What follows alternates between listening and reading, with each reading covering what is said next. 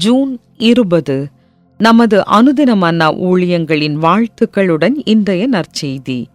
மெய்யான மார்க்கம். இன்றைய வேதாகம பகுதி யாக்கோபு எழுதின நிருபம் 1 அதிகாரம் வசனங்கள் 19 முதல் 27 வரை. ஆகையால் என் பிரியமான சகோதரரே, யாவரும் கேட்கிறதற்கு தீவிரமாயும் பேசுகிறதற்கு பொறுமையாயும் கோபிக்கிறதற்கு தாமதமாயும் இருக்க கடவர்கள். மனுஷருடைய கோபம் தேவனுடைய நீதியை நடப்பிக்க மாட்டாதே.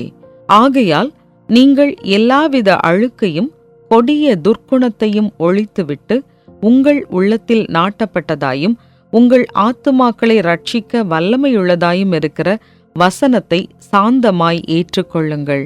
அல்லாமலும் நீங்கள் உங்களை வஞ்சியாதபடிக்கு திருவசனத்தை கேட்கிறவர்களாய் மாத்திரமல்ல, அதின்படி செய்கிறவர்களாயும் இருங்கள்.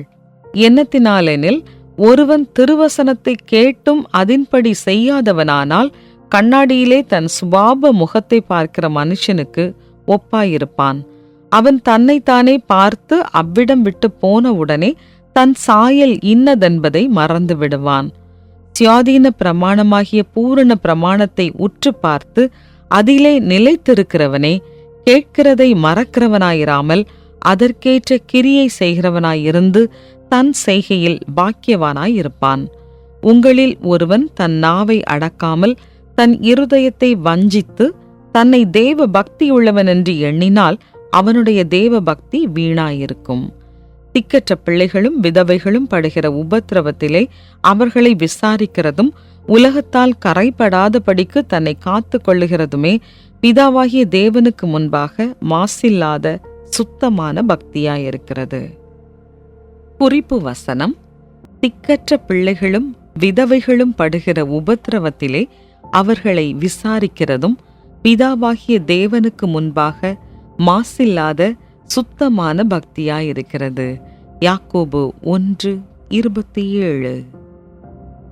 எனது கல்லூரியின் 2ஆம் ஆண்டு கோடை விடுமுறைக்கு பிறகு என்னுடைய ஒரு வகுப்பு தோழர் எதிர்பாராத விதமாக இறந்து போனார். நான் அவரை சில நாட்களுக்கு முன்பு பார்த்தேன். அவர் நன்றாக இருந்தார். நானும் என்னுடைய வகுப்பு தோழர்களும் வாழ்நாள் முழுவதும் நாம் சகோதர சகோதரிகளாய் இருப்போம் என்று உறுதிமொழி எடுத்துக்கொண்டோம். எனது வகுப்பு தோழனின் மரணம் பற்றி எனக்கு அதிக ஞாபகம் இருப்பது என்னவென்றால், அப்போஸ்தலனாகிய யாக்கோபு சுத்தமான பக்தி என்று அழைப்பதற்கு ஏற்ற ஒரு வாழ்க்கையை என் நண்பர்கள் தெரிந்தெடுத்தார்கள். இறந்து போன அந்த தோழனின் சகோதரிக்கு நாங்கள் சகோதரர்களாய் இருப்போம் என்று தீர்மானித்தோம். அவளுடைய சகோதரன் மரித்து பல ஆண்டுகள் ஆன போதிலும் நாங்கள் சகோதரனுடைய ஸ்தானத்தில் அவளுடைய திருமணம் மற்றும் வளைகாப்பு ஆகிய நிகழ்வுகளில் பங்கேற்றோம். அவளுக்கு எப்போதெல்லாம் தேவை ஏற்படுகிறதோ அப்போது அழைப்பு விடுப்பதற்காக எங்களில் ஒருவர் அவளுக்கு ஒரு செல்போனையும் பரிசளித்தார். யாக்கோபின் கூற்றுப்படி திக்கற்ற பிள்ளைகளும் விதவைகளும் படுகிற உபத்திரவத்திலே அவர்களை விசாரிக்கிறதே சுத்தமான பக்தியாகும்.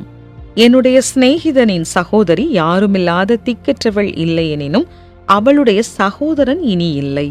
அவளுடைய புதிய சகோதரர்கள் அந்த இடத்தை நிரப்பினர்.